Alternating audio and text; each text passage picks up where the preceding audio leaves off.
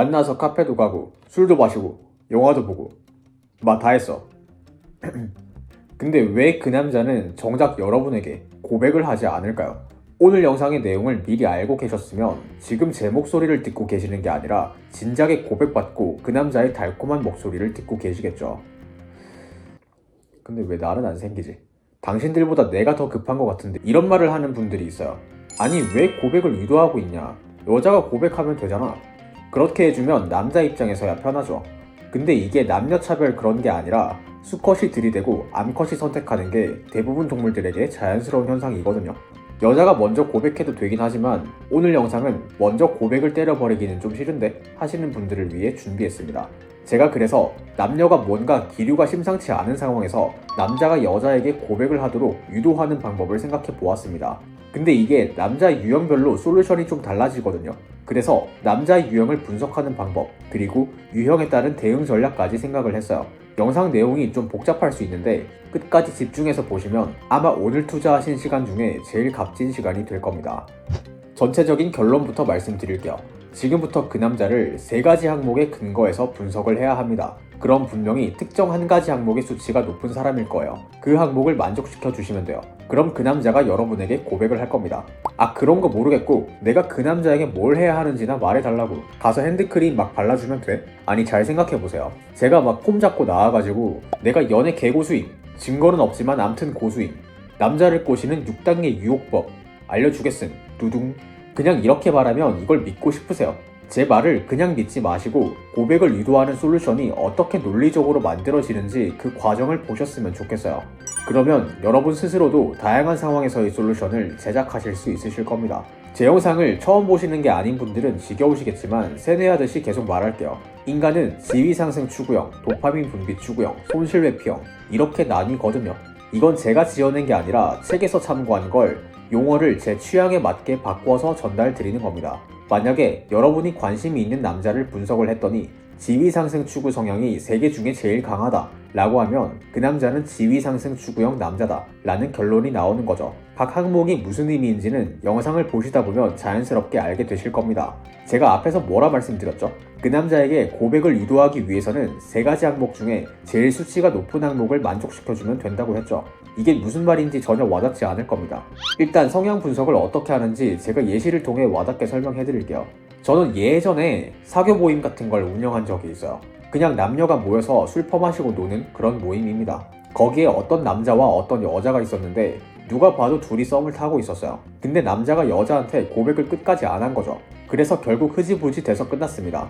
아니 그럴 거면 나랑 썸 타지. 나였으면 바로 고백으로 혼내줬을 텐데. 어쨌든 제가 남자의 성향을 대략적으로 분석하는 과정을 보여드릴게요. 그리고 여자가 남자에게 고백을 유도하기 위해서 뭘 했어야 하는지도 영상 후반부에 명확히 제시해볼게요. 여러분들은 성향 분석과 고백을 유도하는 솔루션 제작이 이렇게 만들어졌구나 라는 걸 보시면 됩니다. 잘 보세요.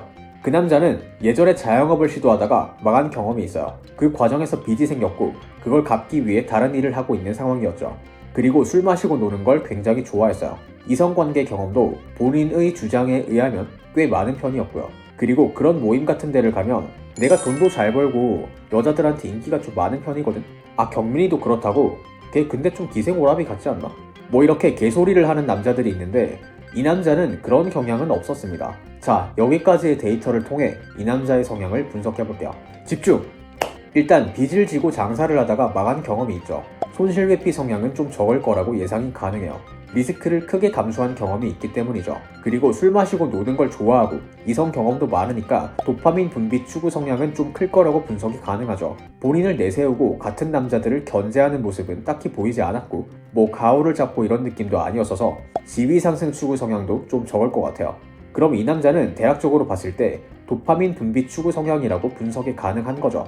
간단히 팁을 드리자면 남들보다 위에 서고 싶어하고 지배욕이 강해 보이면 지위 상승 추구 성향, 새로운 걸 찾아다니고 자극적인 걸 추구하면 도파민 분비 추구 성향, 손실과 리스크를 회피하고 안정적인 걸 추구하면 손실 회피 성향, 이렇게 대략 생각하시고 행동과 특징마다 각 3가지 항목에 점수를 매기시면 됩니다. 느낌은 아시겠죠?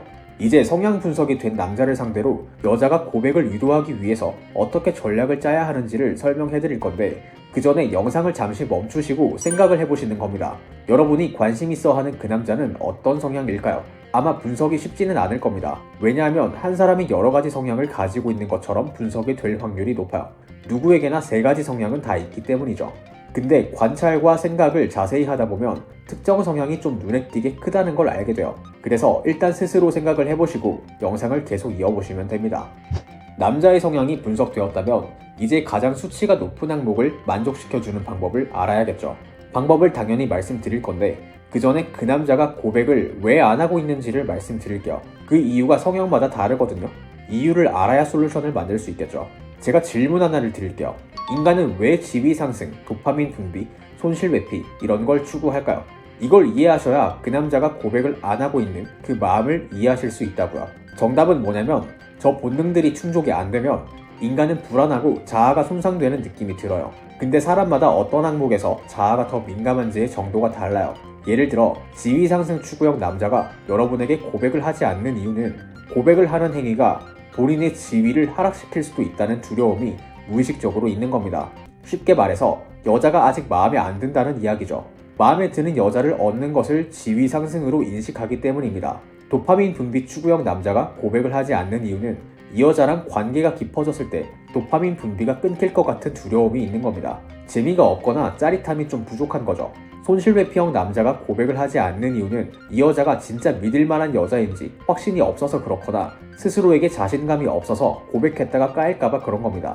그래서 결국엔 고백을 하는 행위가 본인의 자아를 손상시키지는 않을까 하는 두려움이 존재하는 거고 상황에 따라 그 두려움의 원인이 조금씩 다르다고 이해하시면 됩니다. 자, 여기까지 들으셨으면 이제 무슨 행동을 해야 고백을 유도할 수 있는지 좀 아시겠죠?